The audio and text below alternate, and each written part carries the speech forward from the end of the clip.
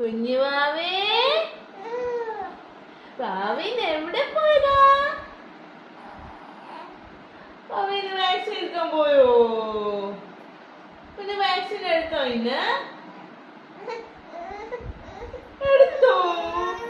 ആരാ വാക്സിൻ എടുത്ത്? നേഴ്സ് ആന്റിയാണോ എടുത്ത്? എവിടെ എടുത്തു നിന്റെ വാക്സിൻ?